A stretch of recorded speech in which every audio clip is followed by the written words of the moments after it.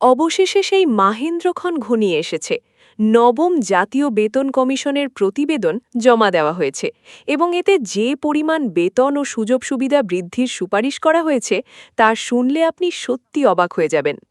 আজকের এই ভিডিওতে আমি আপনাদের জানাবো কোন গ্রেডে কত টাকা বেতন বাড়ছে, বাড়ি ভাড়া কত হবে, প্রথমবারের মতো কোন কোন নতুন সুবিধা যুক্ত হচ্ছে এবং এই নতুন স্কেল কবে থেকে আপনার পকেটে ঢুকবে।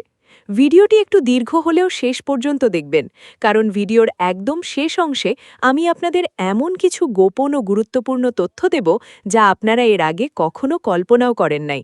তাই একটি সেকেন্ডও মিস না করে আমাদের সাথেই থাকুন। বন্ধুরা, আমরা জানি যে বর্তমান বাজার পরিস্থিতিতে সীমিত আয়ের সরকারি কর্মচারীদের জীবনযাপন করা কতটা কঠিন হয়ে পড়েছে। দ্রব্যমূল্যের ঊর্ধ্বগতির এই বাজারে পরিবার চালানো যেখানে দায় হয়ে দাঁড়িয়েছে, সেখানে এই নতুন পে স্কেল একটি আশার আলো হয়ে এসেছে। কমিশন সরকারি কর্মচারীদের জন্য বেতন ১০০% থেকে ১৪০% পর্যন্ত বৃদ্ধির এক অভাবনীয় সুপারিশ পেশ করেছে। অর্থাৎ আপনার বর্তমান মূল বেতন প্রায় দ্বিগুণেরও বেশি হতে চলেছে। চলুন শুরুতেই দেখে নেওয়া যাক এই নবম বেতন স্কেলের মূল সুপারিশগুলো ঠিক কী কী। কমিশন প্রধান জাকির আহমেদ খান জানিয়েছেন, দেশের ১৪ লাখ সরকারি কর্মচারী এবং ৯ লাখ পেনশনভোগীর জীবনযাত্রার মান উন্নয়নে এই সুপারিশগুলো অত্যন্ত বাস্তবসম্মত। প্রথমেই আসা যাক বেতন সীমার বিষয়। অষ্টম পে স্কেলে আমাদের সর্বনিম্ন বেতন ছিল ৮,২৫০ টাকা, যা এখন বাড়িয়ে ২০,০০০ টাকা করার প্রস্তাব করা হয়েছে। অন্যদিকে সর্বোচ্চ বেতন ৭৮,০০০ টাকা থেকে বাড়িয়ে ১,৬০,০০০ টাকা করার সুপারিশ করা হয়েছে। এখানে একটি মজার এবং ইতিবাচক পরিবর্তন আনা হয়েছে। আগে সর্বনিম্ন ও সর্বোচ্চ বেতনের অনুপাত ছিল ১:৯.৪, অর্থাৎ বড় অফিসার আর ছোট কর্মচারীর বেতনের ব্যবধান ছিল অনেক বেশি। এবার সেই বৈষম্য কমিয়ে ১:৮ নির্ধারণ করা হয়েছে। এতে করে নিম্ন গ্রেডের কর্মচারীরা তুলনামূলক বেশি সুবিধা পাবেন। এবার আসুন দেখে নিই এক নজরে নবম বেতন স্কেলের পূর্ণাঙ্গ তালিকাটি। আমি প্রতিটি গ্রেড ধরে ধরে আপনাদের বলছি, যাতে আপনাদের বুঝতে সুবিধা হয়। প্রথম গ্রেডে আগে বেতন ছিল ৭৮,০০০ টাকা, এখন তা হবে ১,৬০,০০০ টাকা। দ্বিতীয় গ্রেডে ৬৬,০০০ থেকে বেড়ে হচ্ছে ১,৩২,০০০ টাকা। তৃতীয় গ্রেডে ৫৫,৫০০ থেকে ১,১৩,০০০ টাকা। চতুর্থ গ্রেডে ৫০,০০০ থেকে ১,০০,০০০ টাকা। পঞ্চম গ্রেডে ৪৩,০০০ থেকে ৮৬,০০০ টাকা। ষষ্ঠ গ্রেডে ৩৫,৫০০ থেকে ৭১,০০০ টাকা। সপ্তম গ্রেডে ২৯,০০০ থেকে ৫৮,০০০ টাকা। অষ্টম গ্রেডে ২৩,০০০ থেকে ৪৭,২০০ টাকা। নবম গ্রেড, যারা সরাসরি অফিসার হিসেবে জয়েন করেন, তাদের মূল বেতন ২২,০০০ থেকে বাড়িয়ে ৪৫,১০০ টাকা করার সুপারিশ করা হয়েছে। দশম গ্রেডে ১৬,০০০ থেকে বেড়ে হবে ৩২,০০০ টাকা। একাদশতম গ্রেডে ১২,৫০০ থেকে ২৫,০০০ টাকা। দ্বাদশতম গ্রেডে ১১,৩০০ থেকে ২৪,৩০০ টাকা। ত্রয়োদশতম গ্রেডে ১১,০০০ থেকে ২৪,০০০ টাকা। চতুর্দশতম গ্রেডে ১০,২০০ থেকে ২৩,৫০০ টাকা। পঞ্চদশতম গ্রেডে ৯,৭০০ থেকে ২২,৮০০ টাকা। ষোড়শতম গ্রেডে ৯,৩০০ থেকে ২১,৯০০ টাকা। সপ্তদশতম গ্রেডে ৯,০০০ থেকে ২১,১০০ টাকা। অষ্টাদশতম গ্রেডে ৮,৮০০ থেকে ২১,০০০ টাকা। ঊনবিংশতম গ্রেডে ৮,৫০০ থেকে ২০,৫০০ টাকা এবং সর্বশেষ ২০তম গ্রেডে ৮,২৫০ টাকা থেকে বাড়িয়ে ২০,০০০ টাকা করার প্রস্তাব দেওয়া হয়েছে। আপনারা নিশ্চয়ই দেখছেন, নিচতলার কর্মচারীদের বেতন বৃদ্ধির হার কিন্তু অনেক বেশি। কিন্তু বন্ধুরা, শুধু কি মূল বেতনই বাড়বে? একদমই না। এর সাথে যোগ হচ্ছে একগুচ্ছ নতুন সুযোগ সুবিধা, যা আগে কখনো ছিল না। প্রথমেই বলি টিফিন ভাতার কথা। ১১তম থেকে ২০তম গ্রেডের কর্মচারীরা আগে মাত্র ২০০ টাকা টিফিন ভাতা পেতেন, যা দিয়ে একবেলার নাস্তাও হয় না। এখন তা ৫ গুণ বাড়িয়ে ১,০০০ টাকা করার সুপারিশ করা হয়েছে। এরপর আসা যাক এক যুগান্তকারী পদক্ষেপে, যা হলো সরকারি কর্মচারীদের জন্য প্রথমবারের মতো স্বাস্থ্য বীমা বা হেলথ ইন্স্যুরেন্সের প্রবর্তন। এখন থেকে সরকারি কর্মচারীরা উন্নত চিকিৎসার জন্য এই বীমা সুবিধা পাবেন, যা উন্নত দেশগুলোতে দেখা যায়। এছাড়া যাদের প্রতিবন্ধী সন্তান রয়েছে, তাদের প্রতি মাসে অতিরিক্ত ২,০০০ টাকা ভাতার সুপারিশ করা হয়েছে। এটি সর্বোচ্চ ২ সন্তান পর্যন্ত পাওয়া যাবে।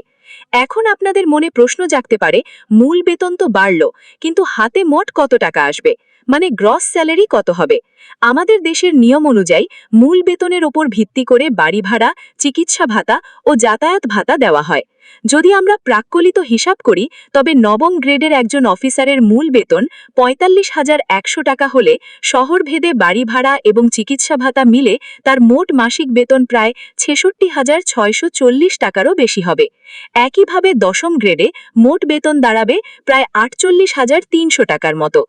নিচের দিকের গ্রেডগুলোর দিকে তাকালে দেখা যায় ২০তম গ্রেডের একজন কর্মচারী, যার মূল বেতন ২০,০০০ টাকা, তিনি বাড়ি ভাড়া এবং অন্যান্য ভাতা মিলিয়ে প্রতি মাসে প্রায় ৩২,০০০ টাকার মতো হাতে পাবেন। এটি বর্তমানে তাদের পাওয়া বেতনের তুলনায় অনেক বড় একটি পরিবর্তন। বন্ধুরা, এই বিশাল কর্মযজ্ঞের পেছনে রয়েছে দীর্ঘ পরিশ্রম। গত বছরের ২৭ জুলাই সরকার এই কমিশন গঠন করেছিল। কমিশন প্রধান জাকির আহমেদ খান জানিয়েছেন, তারা দেশের বিভিন্ন প্রান্তের অংশীদারদের সাথে ১৮৪টি সভা করেছেন এবং ২৫০০ মানুষের মতামত নিয়েছেন। তারা দেখেছেন যে গত এক দশকে নিত্যপণ্যের দাম কতটা বেড়েছে। সেই বাস্তবতা মাথায় রেখেই এই প্রতিবেদন তৈরি করা হয়েছে। তবে মনে রাখবেন, এই বেতন স্কেল বাস্তবায়ন করা সরকারের জন্য একটি বড় চ্যালেঞ্জ, কারণ এটি কার্যকর করতে হলে সরকারের বছরে ১,০৬,০০০ কোটি টাকার প্রয়োজন হবে। বর্তমানে সরকার সরকারি কর্মচারী এবং পেনশনভোগীদের জন্য ১,৩১,০০০ কোটি টাকা ব্যয় করছে। নতুন স্কেল কার্যকর হলে এই ব্যয় অনেক বেড়ে যাবে। তবে অর্থ উপদেষ্টা সালেহউদ্দিন আহমেদ আশ্বস্ত করেছেন যে এখন একটি বাস্তবায়ন কমিটি গঠন করা হবে, যারা এই প্রস্তাবগুলো কিভাবে ধাপে ধাপে বা পূর্ণাঙ্গভাবে কার্যকর করা যায় তা নিয়ে কাজ করবে। এখানে একটি বিষয় পরিষ্কার করা ভালো, এই প্রতিবেদনটি মূলত বেসামরিক সরকারি কর্মচারীদের জন্য। সশস্ত্র বাহিনী এবং বিচার বিভাগের জন্য আলাদা বেতন কমিশন চূড়ান্ত করার প্রক্রিয়া শুরু হবে বলে জানানো হয়েছে। এছাড়া মন্ত্রী পরিষদ সচিব এবং মুখ্য সচিবদের জন্য প্রচলিত ২০টি গ্রেডের বাইরে একটি বিশেষ ধাপ বা সুপার গ্রেড তৈরির প্রস্তাব রাখা হয়েছে। অনেকে জানতে চেয়েছেন প্রাথমিক শিক্ষকদের বিষয়। আপনাদের জানিয়ে রাখি, প্রাথমিক শিক্ষকরা তাদের বর্তমান গ্রেড অনুযায়ী, অর্থাৎ বেশিরভাগই এখন ১৩তম গ্রেডে আছেন, তারা সরাসরি ২৪,০০০ মূল বেতনের স্কেলে ঢুকে যাবেন। এর সাথে বাড়ি ভাড়া এবং অন্যান্য ভাতা তো আছেই। পেনশনারদের জন্যও রয়েছে সুখবর। প্রতিবেদনে পেনশন ব্যবস্থার সংস্কার এবং তাদের সুযোগ সুবিধা বৃদ্ধির বিষয়েও জোরালো সুপারিশ রয়েছে। এখন আপনাদের মনে অনেক ছোট ছোট প্রশ্ন থাকতে পারে। চলুন সেই প্রশ্নগুলোর উত্তর জেনে নিই। অনেকে জিজ্ঞেস করেন, বার্ষিক ইনক্রিমেন্ট কি আগের মতো থাকবে? হ্যাঁ, মূল বেতন যেহেতু বাড়ছে, তাই ৫% হারে ইনক্রিমেন্ট হলেও টাকার অঙ্ক অনেক বড় হবে। গ্রেড কি কমানো হয়েছে? না, বর্তমানের ২০টি গ্রেডই বহাল থাকছে, তবে বৈষম্য কমানো হয়েছে।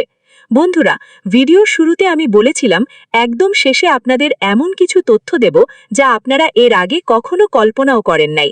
এখন সেই সময়। প্রথম গোপন তথ্যটি হল, এই পে স্কেলের সাথে সাথে সরকার সরকারি অফিসগুলোতে কাজের ধরনে বড় ধরনের সংস্কার আনতে যাচ্ছে। বেতনের সাথে সাথে কর্মচারীদের পারফরমেন্স বা কাজের মূল্যায়ন করার জন্য একটি বিশেষ সার্ভিস কমিশন গঠনের প্রস্তাব দেওয়া হয়েছে। অর্থাৎ এখন থেকে শুধু বেতন বাড়বে না, কাজের মানের উপর ভিত্তি করে প্রমোশন বা ইনক্রিমেন্ট নির্ধারিত হবে। দ্বিতীয় এবং সবচেয়ে গুরুত্বপূর্ণ তথ্যটি হল, কমিশন সুপারিশ করেছে যে ভবিষ্যতে আর ১০-১২ বছর অপেক্ষা না করে প্রতি বছর বা ২ বছর অন্তর মূল্যস্ফীতির সাথে সমন্বয় করে স্বয়ংক্রিয়ভাবে বেতন বৃদ্ধির একটি স্থায়ী ব্যবস্থা করা হোক। এটি যদি কার্যকর হয়, তাহলে সরকারি চাকরিজীবীদের আর নতুন পে স্কেলের জন্য রাস্তায় নামতে হবে না বা বছরের পর বছর অপেক্ষা করতে হবে না। বাজার দর বাড়ার সাথে সাথেই আপনার বেতনও পাল্লা দিয়ে বাড়বে। তৃতীয়ত, এবারের সুপারিশে সরকারি অফিসারদের যাতায়াত সুবিধার পাশাপাশি সাধারণ কর্মচারীদের জন্য যাতায়াত ভাতা বা শাটল সার্ভিসের পরিধি বাড়ানোর কথা বলা হয়েছে। এমনকি ধোলাই ভাতাও মূল বেতনের সাথে সামঞ্জস্য রেখে বাড়ানোর ইঙ্গিত দেওয়া হয়েছে। বন্ধুরা, এই ছিল নবম বেতন স্কেল নিয়ে এখনো পর্যন্ত পাওয়া সবচেয়ে বিস্তারিত ও নির্ভরযোগ্য তথ্য। সরকার এই সুপারিশগুলো কতটা গ্রহণ করে এবং কবে নাগাদ গ্যাজেট প্রকাশ করে, সেটাই এখন দেখার বিষয়। তবে সূত্র বলছে, খুব দ্রুতই বাস্তবায়ন কমিটি তাদের কাজ শুরু করবে। আপনাদের এই নতুন বেতন কাঠামো নিয়ে কি মতামত? আপনি কি মনে করেন ২০,০০০ টাকা সর্বনিম্ন বেতন বর্তমান বাজারের সাথে সঙ্গতিপূর্ণ, নাকি এটি আরও বেশি হওয়া উচিত ছিল? কমেন্ট করে জানান। আপনাদের প্রতিটি মতামত আমাদের জন্য গুরুত্বপূর্ণ। ভিডিওটি ভালো লাগলে এবং আপনার পরিচিত সরকারি চাকরিজীবী বন্ধুদের তথ্য দিয়ে সাহায্য করতে চাইলে ভিডিওটি এখনই শেয়ার করুন। আর এই পে স্কেল সংক্রান্ত যে কোনো আপডেট সবার আগে পেতে আমাদের চ্যানেলটি সাবস্ক্রাইব করে বেল আইকনটি অন করে রাখুন। দেখা হবে পরবর্তী কোনো গুরুত্বপূর্ণ ভিডিওতে। ততক্ষণ ভালো থাকুন, সুস্থ থাকুন। আল্লাহ হাফেজ।